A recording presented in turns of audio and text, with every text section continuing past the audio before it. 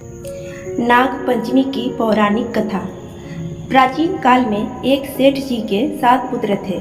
सातों के विवाह हो चुके थे।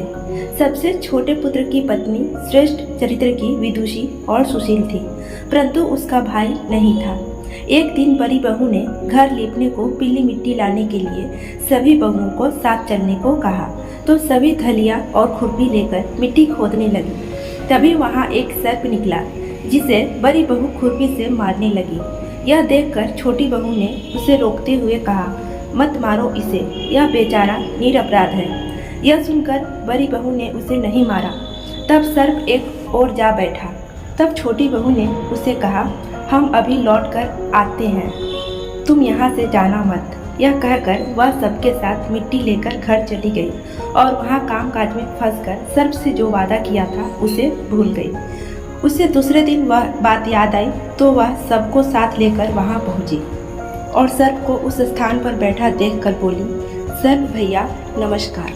सर्प ने कहा, तू भैया कह चुकी है इसलिए तुझे छोड़ देता हूँ, नहीं तो झूठी बात कहने के कारण तुझे अभी डस लेता। वह बोली, भैया मुझसे भूल हो गई, उसकी क्षमा मांगती हूँ। तब सर्प बोला, अच्छा तू आज से मेरी बहन हुई और मैं तेरा भाई हुआ, तुझे जो मांगना हो मांग ले। वह बोली, भैया मेरा कोई नहीं है, अच्छा हुआ जो तू मेरा भाई बन गया। कुछ दिन व्यतीत होने पर वह सर्प मनुष्य का रूप रखकर उसके घर आया और बोला कि मेरी बहन को भेज दो। सबने कहा कि इसके तो कोई भाई नहीं है।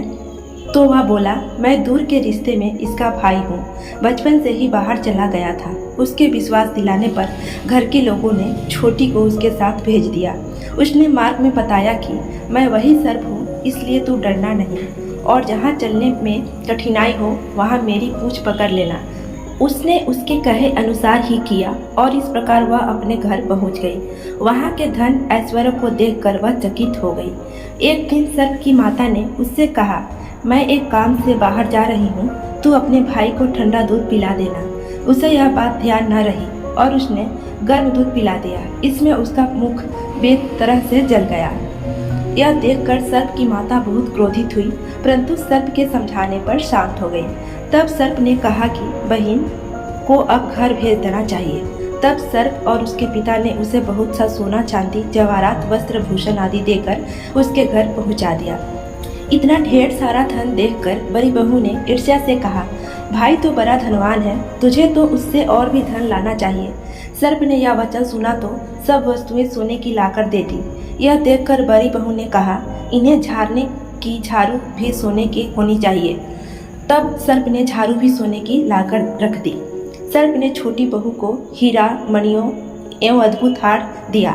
उसकी प्रशंसा उस देश की रानी ने भी सुनी और वह राजा से बोली कि सेठ की छोटी बहू का हार यहाँ आना चाहिए। राजा ने मंत्री को हुक्म दिया कि उससे वह हार लेकर शीघ्र उपस्थित हो। मंत्री ने सेठ जी से जाकर कहा कि महारानी जी छोटी बहू का हार पहनेंगी, वह उससे लेकर मुझे दो। सेठ जी ने डर के कारण छोटी बहू से हार मंगा कर दे दिया। छोटी बहू को यह बात बहुत बुरी लगी। उसने अपने सर्प भाई को याद किया और आने पर प्रार्थना की, रानी ने हार छीन लिया है, तुम कुछ ऐसा करो कि जब वह हार उसके गले में रहे तब तक के लिए सर्प बन जाए और जब वह मुझे लौटा दे तब हीरो और मणियों का हो जाए। सर्प ने ठीक वैसा ही किया। जैसे ही रानी ने हार पहना वैसे ही वह सर्प बन गया। यह देखकर रानी चीख पड़ी और रोने लगी। यह देखकर राजा ने सेठ के पास खबर भेजी कि छोटी बहू को तुरंत भेजो। सेठ जी डर गए कि राजा न जाने क्या करेगा। वह स्वयं छोटी बहू को साथ लेकर उपस्थित हुआ। राजा ने छोटी बहू से पूछा, तूने क्या जादू किया है, मैं तुझे दंड दूंगा। छोटी बहू बोली, राजन धृष्टता क्षमा कीजिए, यह हार ही ऐसा है कि मेरे गले में हीरो और मणियों का रहता है और दूसरे के गले में सर्प बन जाता है। यह सुनकर राजा ने वह सर्प बना हार उसे देकर कहा, अभी पहनकर दिखाओ। छोटी बहू ने जैसे ही उसे पहना वैसे ही हीरो मणियों का वो हार हो गया। यह देखकर राजा को उसकी बात का विश्वास हो गया और उसने प्रसन्न होकर उसे बहुत सी मुद्राएं पुरस्कार में दी। उसने धन को देखकर बड़ी बहू ने ईर्ष्या के कारण उसके पति को सिखाया कि छोटी बहू के पास कहीं से धन आया है।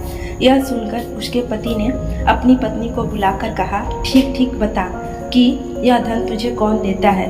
वह सर्प को याद करने लगी, तब उसी समय सर्प ने प्रकट होकर कहा, यदि मेरी धर्म बहन के आचरण पर संदेह प्रकट करेगा तो मैं उसे खा लूँगा। यह सुनकर छोटी बहू का पति बहुत प्रसन्न हुआ और उसने सर्प देवता का बड़ा सत्कार किया। उसी दिन से नाग पंचमी का त्यौहार मनाया जाता है और स्त्रियां सर्प को भाई मानकर उसकी पूजा करती है। कहानी आपको कैसी लगी हमें कमेंट करके ज़रूर बताएं और साथ में इस चैनल को लाइक, शेयर एंड सब्सक्राइब जरूर करें। तो अगले वीडियो में फिर से मिलेंगे। आज के लिए इतना ही, तब तक के लिए गुड बाय।